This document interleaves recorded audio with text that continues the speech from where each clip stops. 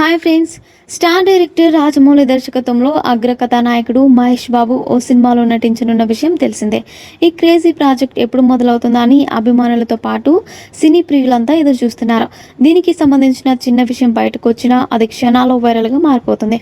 తాజాగా రాజమౌళి బళ్ళారిలో అమృతేశ్వర ఆలయ ప్రారంభోత్సవానికి కుటుంబ సమేతంగా హాజరయ్యారు.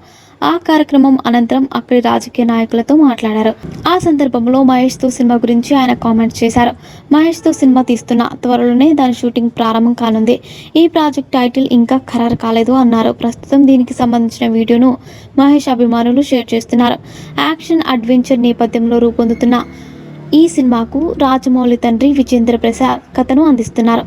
ఆఫ్రికా అడవుల నేపథ్యంలో కథ సాగనుంది. మహేష్ ఇంటెన్సిటీ ఉన్న నటుడని, ఇది ఎంతో సాహసోపేతమైన కథ అని విజేంద్ర ప్రసాద్ గతంలో అన్నారు. ఈ సినిమా గురించి ఇప్పటికే ఎన్నో ఊహాగానాలు ప్రచారమయ్యాయి. తాజాగా ఈ భారీ ప్రాజెక్టుకు మహారాజ్ అనే టైటిల్ని ఫిక్స్ చేసినట్టు కూడా వార్తలు వచ్చాయి.